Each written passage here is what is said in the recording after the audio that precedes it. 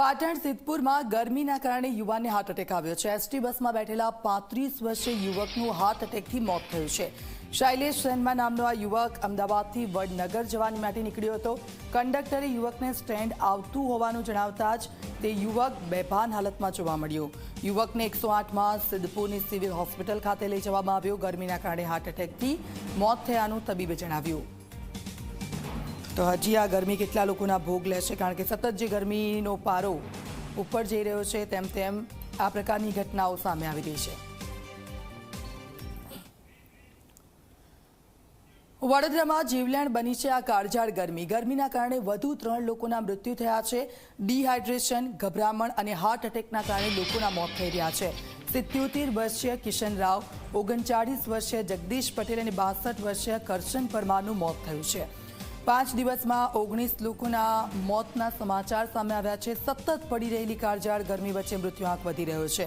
હીટવેવના કારણે લોકો બીમાર પડી રહ્યા છે।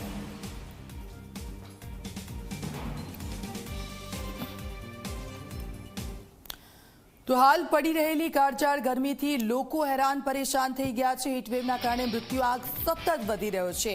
તમને જણાવી દઈએ કે વૃદ્ધોને તેની સીધી અસર થવાને કારણે હીટવેવથી મૃત્યુઆંક 30% વધારો થઈ રહ્યો છે।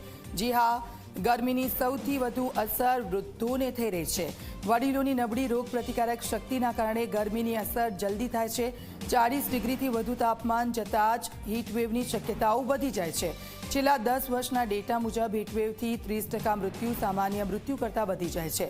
છેલ્લા 3 દિવસથી અમદાવાદની સાથે સાથે અમરેલી, સુરેન્દ્રનગર, કંડલા, ઈડર અને ગાંધીનગરમાં તાપમાનનો પારો 45 ડિગ્રીએ પહોંચી ગયો છે।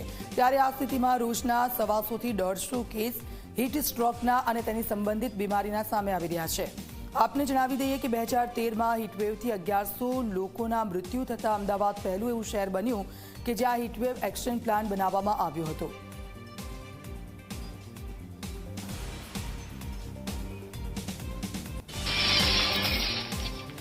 તો રાજ્યમાં કાળઝાળ ગરમીનો કહેર યથાવત છે। રાજ્યના 5 શહેરોમાં તાપમાન 45 ડિગ્રીને પાર થઈ ગયું છે।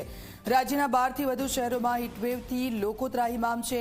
હિંમતનગર અને કંડલામાં 46.1 ડિગ્રી તાપમાન નોંધાયું। તો અમદાવાદમાં ગરમીએ તોડ્યો છે 7 વર્ષનો રેકોર્ડ। અમદાવાદમાં ગરમીનો પારો પહોંચ્યો 45.9 ડિગ્રીએ। રાત્રે પણ ગરમ પવનને કારણે લોકો હેરાન પરેશાન થઈ રહ્યા છે।